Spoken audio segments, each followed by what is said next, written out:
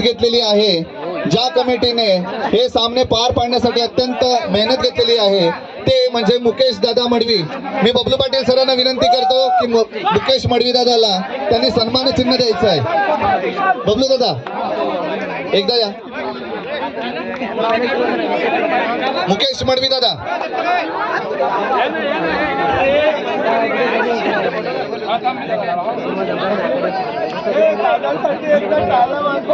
ज्या व्यक्तीने हे सामने खरं तर पार पाडण्यासाठी अत्यंत मेहनत घेतलेली आहे असे मुकेश दादा मडवी. म्युझिक. एक मिनिट.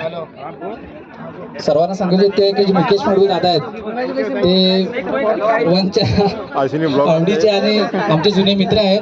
आम्ही सुद्धा एक 10-15 वर्ष जुने मित्र आहोत आणि विशाल काटेकर दादा, जयेंद्र दादा आणि अजून प्रवीण वनगा आणि आपले अरविंद बेनका दादा. खूप चांगलं नियोजन आणि पुढच्या वर्षी याच्यापेक्षा टुर्नामेंट मोठी होईल ही मी गॅरंटी देतो. कारण असे पूर्ण कमिटीचे मेंबर जर आपल्या जोडीला असले आणि मुकेश दादासारखे जर आपल्या जोडीला आपल्या युट्यूबवर सपोर्टला असतील तर नक्कीच पुढच्या वर्षी सुद्धा याच्यापेक्षा मोठ्या टुर्नामेंट होतील हे सर्व कलाकारांना सांगितलं. थँक्यू. एकदा टाळ्या वाजवा सर्वांनी दादांसाठी.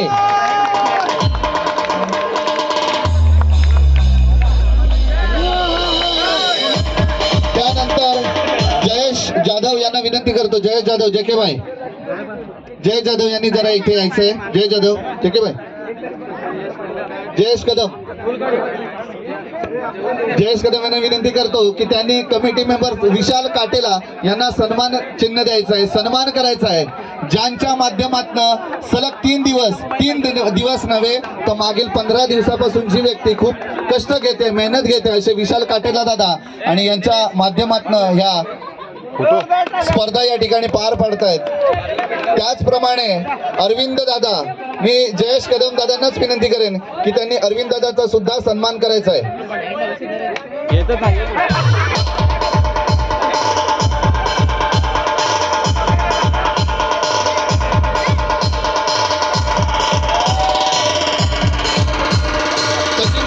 सचिन डांगरे दादांना मी विनंती